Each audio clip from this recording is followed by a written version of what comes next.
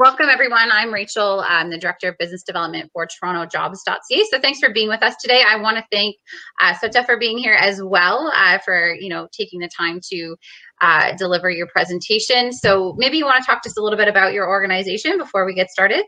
Absolutely. Hi, everyone. This is Sweta Regmi, founder and CEO at Teachndo. I work as a career consultant. What we do is we provide resume services, LinkedIn profile branding, cover letter, job search strategy, and interview coaching as well for job seekers, especially for newcomers and laid off workers.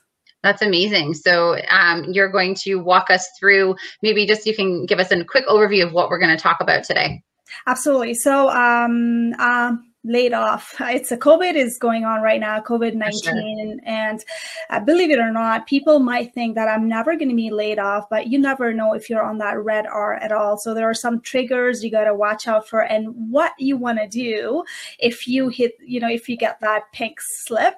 People might think that, okay, you know what, I'm a newcomer. I just had this job for a couple of days or a couple of months. I'm safe, but that could not be true because all the company, they have different structure, different policy. So I'm going to go and give you some high level what to watch out for just to see if you're safe or not. And then what do you do after hitting that layoff, and what are the steps to get back into the market? Perfect. Well, again, thank you so much for being here. If anyone has any questions, you can put them in the session chat and we'll answer them towards the end of the presentation. So I will leave you to it. And thank you so much again for your time today. Thanks, Rachel.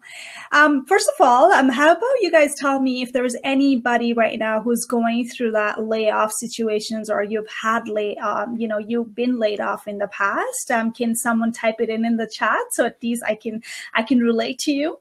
I was laid off. I was working as a hiring manager in top company, Fortune 500.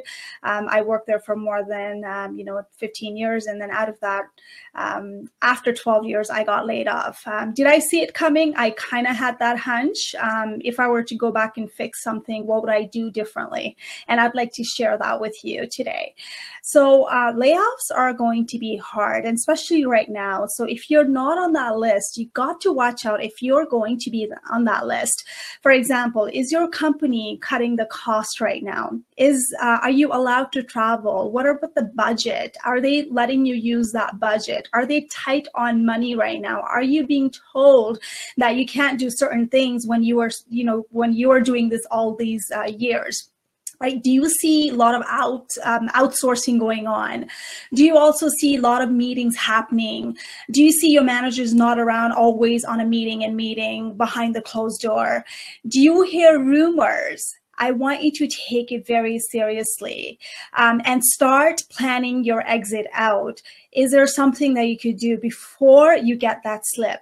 You want to talk to your manager and let them know that I really love what I do. Is there something else, like, what I can work? Do you have any project that I can work on? Can I transition to different role? And if you want to get a layoff package, so be it. You can wait for that and then you can get out, right? So I want you to understand that it's not personal when someone lays you off. Despite the fact it could be personal sometimes, it could be because of bad boss, you didn't get along. I want you to think about this. You may be on a layoff list if you did not get along with your bosses. This is exactly the time your boss is going to get you out. The second one is you don't have any work to do and your bosses is aware of it and you are not able to help them out on a different department. So you're going to be the one to go. The other thing is, can your boss work without you? That's the other thing. If the answer is yes, then probably you're going to be the one to get out. Are you the highest paid worker among your colleagues? Probably you're the first one to get out because companies trying to cut the cost, right? The other thing is, do you have a bad attitude? Have you been coached multiple times? Have you been performance managed? You're going to be this is a time for a company to get you out without giving any reason, without having that cause, right? The other thing is, Are you a challenger in a way that people don't like it? Are you always questioning everything what's going around? You might not have a bad attitude, but are you one of those who are just like, you know what, I've always done this way and I'm not going to move forward with a new vision? Then you probably would be on that list as well, because you're a challenger. You're not supporting company's vision. Do you see the merging going on? Do you hear the rumor that the other party is coming in and merging together? There might be some merger happening that you know of, and roles are going to be eliminated. That could be another factor that you could be on a layoff list as well. And the other thing is, are you brand new? So some company have the policy that when they are actually laying off, they go with the seniority. People who are tenure are protected. So the new people right now, like you just got a job, you're under provisions, you're not clear, then you're probably the first one to get out as well, right? Because they're protecting those seniority, tenure folks, and they might have that as well. So watch out if you're new. So you're not safe just because you're new either. Even though you're not making money, right? Like much money than the tenure folks, you might be the first one to get out as well. So what do you do when you have that, like, mixed emotions of, am I on the list or not? You got to talk to the boss. Boss is not going to talk to you about it, but have that inside information. Is there something you could do better than what you're doing already? Is there any role that you can help out? So that way, before you're put on that list, at least your boss kind of has an idea about like, okay, you know what, the person is stronger in this area. Maybe we can fit them on different department, different roles. So the good company always actually keeps the right fit. People, you're the right fit, right attitude. They're going to be like, protecting you unless there's, unless there's no budget to protect you, then like, yeah, you got to go, right? So what's the next step now? Let's say that you get the layoff. A lot of people feel like, okay, you know what? I got the layoff. That's fine. I'm going to go back in the market. But I want you to sit down and take a look at that paper, because on that paper, there are so many things you're leaving your hard-earned money behind. Hire the attorney, get the legal advice. You never know how you're treated. Some people, they feel like, if I go back and say, I want more of the severance package, you know what, I might burn the bridge, I might lose the references and whatnot. But I want you to really, really think it through and get the legal advice.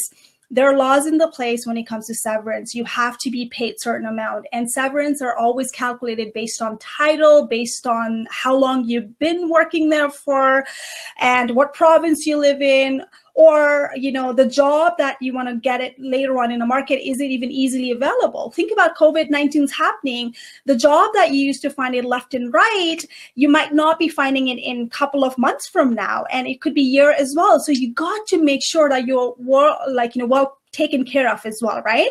Hire a lawyer and go through it and see if you're paid a right benefit. Because what happens is a lot of company, what they do is, the secret for them not to pay it high sometimes is when you have to get the bonus from last year, and this year you're going to get bonus, let's say in February or so, or March, you're going to get bonus from last year.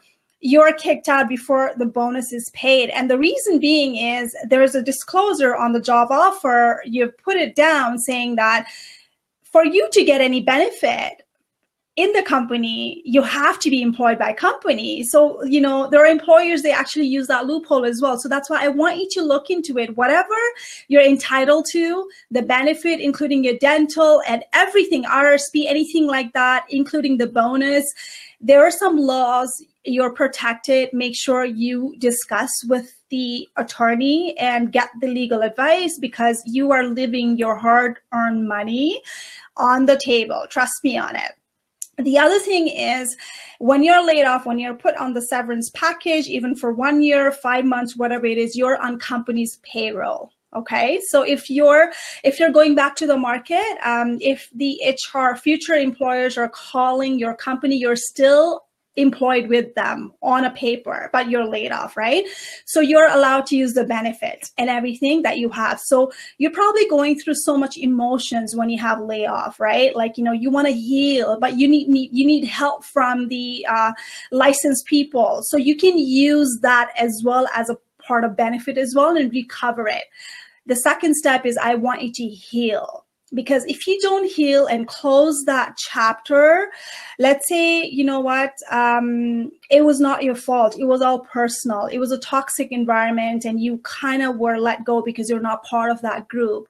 And, you know, as a person, it keeps on coming back. Why me? Why me? You know, they were the bad person. I was always good. Why me? It keeps on coming back. I want you to close that chapter, because if you don't do that, then it's going to come up when you're doing networking, when you're doing the information interviews, when you are interviewing with the different people as well, it's going to come out. So the best way when you go back into the interview is when you heal and when you have a strategy and game plan and develop the marketing plan. A lot of people, they don't know how to do the marketing plan. I want you to take a look at it. Just because you knew it all and you can do it all, that does not mean that employers outside are looking for people like you. They're not looking for Jack and Jill. They're looking for someone who has a niche market, who has a targeted market. And this happens from newcomers in Canada to laid off people as well. They feel like they can do it all, but they don't want do it all person. They want an expert. Start building a brand, start writing the content, start reaching out to the network who already you know, right? So first step is making sure you let the people know within your network, even the company that you worked before, check it out and see who's moved on from that company to outside world. It's really easy because your reputation is already there. You don't have to actually, you know, prove who are you. They already know your work ethic. They already know about you. So what you're going to do is you're going to let them know, hey, I got laid off, unfortunately, like, you know, I'm looking for this, and start communicating. People feel like they're rejected and people don't go out there and talk about I was laid off. They feel like it's their fault. No, it's not your fault, right? It's at the end of the day, it's a business. You got to move on. So how do you feel about yourself? It's going to come in. It's all on your mindset. Stop self-doubting yourself. You've earned that experience from years and years. Now put it on practice. You got to start building your reputations, and you are somebody with that no title. People think that I don't have any title. I am nobody.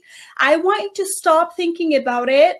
And I want you to think about, I am somebody without that title. Here's what I've done, accomplishment. And you know what? I can do this. I can save you $1 million. That's an attitude to have when you got laid off. You got it, right? So other than that, guys, what I wanted to talk about is, let's see, a volunteer. Sometimes what happens with the people, you know, who are laid off, they feel like I have nothing to add.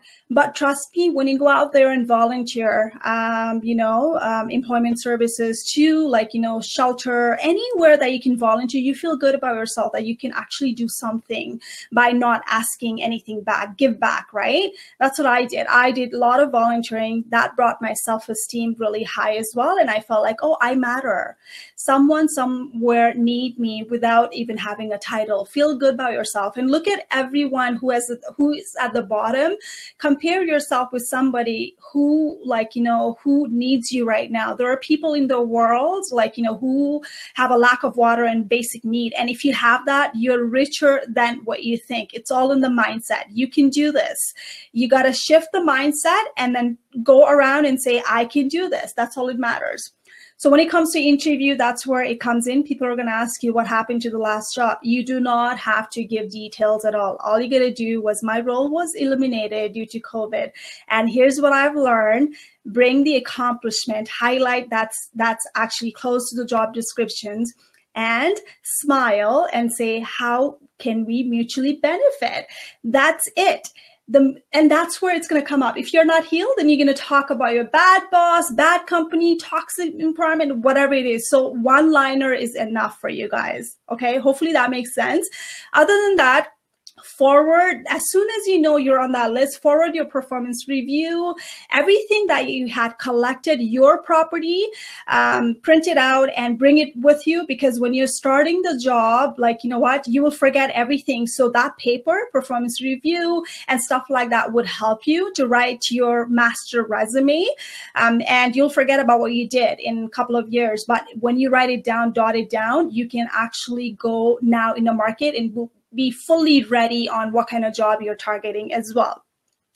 And what else? I think that's about it for today from me for layoff. I'm going to go and take questions here and see. Talking to, so Amanda, yes, best thing. Yeah. Being fired by employers. Oh my God, yes. That's a very good point, because it's like a salary negotiation, guys. When you get fired, when you get laid off, whatever it is, company is giving you bare minimum to go by that Ontario Standard Act or whatever it is, Employment Act, to make sure that you don't come back. But then literally they want you to come back, right? Like they're doing bare minimum. So it's like a salary negotiation. Never take the first offer. Same thing applies. Never take anything. And I know there's a deadline. They will put it through saying that you have to sign by this date. Toss it out. So you don't have to go through it. And also there's like so many things in the contract. Look into it. Some company would say, if you go back in the market within this month, we will take the severance back. Like there's a clawback and stuff, right? There's so many things you negotiate if you hire the right lawyer and get it out there, because that's a peace of mind for you, right? It's not free money. It's something that you've earned it. So go out there and get the legal advice. How does a layoff affect, John says, how does a layoff affect your ability to display your work on the portfolio regarding NDS? Is there a general tip on what resources to look into? Reread the agreement again, or should I bring that up to attorney as well? Everything. Your attorney, actually, first step is to find the job offer that you actually signed it. A lot of people think that I signed the job offer, I don't need it. That's actually employment lawyer always go back to that offer. So you got to make sure you actually put that somewhere. But if in case that happens, then it's always coming down to the job offer you signed it. That's really important. Bring it back, John, bring it back. So Sahana said, is it a good idea to add the reason of our gap in the cover letter or on LinkedIn in About Me section? For me, it's getting married and moving to Canada. Be strategic about it. I always coach my client on, before they ask about the gap, you tell them about the gap, right? Like, unless it's warranted. So when we're talking about layoff, when we're talking about there was a question, tell me about yourself. And that's where, before they even go on to why there's a gap, you actually strategically answer that questions. By the way, I was laid off and it took me a couple of months to bounce back. Here I am. I think we're the right match. You know what? Let's go over how we can benefit, right? So now you've given them a hint, and maybe for Anna, I would say something like, you know what, due to personal reason, I decided to take some gap on it. And you know what, I'm fully now bouncing back to the market kind of thing. You don't have to say you got married. You don't have to say personal reason unless you want to, but you can always have that gray area, personal reason. Hope that helps. All right, I think that's it from now. I think, guys, let me see if I have anything at all. And the finances as well. I don't know if you guys are aware of it. If you are paying mortgages, that there's a fixed payment. There are banks out there, they give you referral. They can do deferral, meaning you can defer the payment for a couple of months, couple of weeks. You can also skip the payment. Also, and then you can increase the amortization as well. So the payment's not going to be high. So things like that matters as well, because if you take care of your finances, half of the battle is already done. So you can fully navigate back to the job market and fully focus on your job search strategy. Now, when you go back in the market, right, you don't want to sound like you just came back from nowhere. You got to highlight your skills. You got to build a personal branding. And I know a lot of people are talking about guest speaker, are talking about the LinkedIn branding and stuff like that. And it's no joke, guys. LinkedIn is amazing platform if you know how to utilize it, right? It's not only about ending up on the recruiter list. What after that? When the recruiter is going to go there, to see it, do you stand out? What's your branding? What's personal branding is when you're not there to defend yourself on a paper, what would they walk away with it? What would other people think about you when you're not there to defend yourself? That's your personal branding. So please, as a layoff person, I don't want you to think you're nobody. I want you to hold your head high and think that you're somebody without title and you've earned it hard. You just go out there and sell yourself quite nicely on a paper, on LinkedIn, and when you're doing an interview and networking as well, okay? All right, guys. So I think I'm good. Other than that, I think I'm going to end this session. Thank you so much. And for those of you who do not know me, I'm a career consultant. I am very active on LinkedIn. You can definitely follow me. So maybe I can put my LinkedIn link in here for you. So that way you can find me right here. So again, thank you, Sue. All right, so and then also visit our website as well, where actually you have amazing, like, you know, the free resources and stuff like that, free blogs for job seekers, and you can download as well. I have Alex. Hi, Sweta, how are you? Good. Are we done? Yeah, I was just coming on to say thank you for presenting. It was a really great presentation. All right. And yeah, just thank you again. It was great to have you. And just let everyone know, so our next session is actually starting right now on the main stage. So you just click that button there. It says stage. It's on the very left-hand side. Thank you. I see that you put your contact information in the chat, so that's awesome. And thank you again I for just speaking. put it in there. Thank you, Alex. Bye-bye. Bye.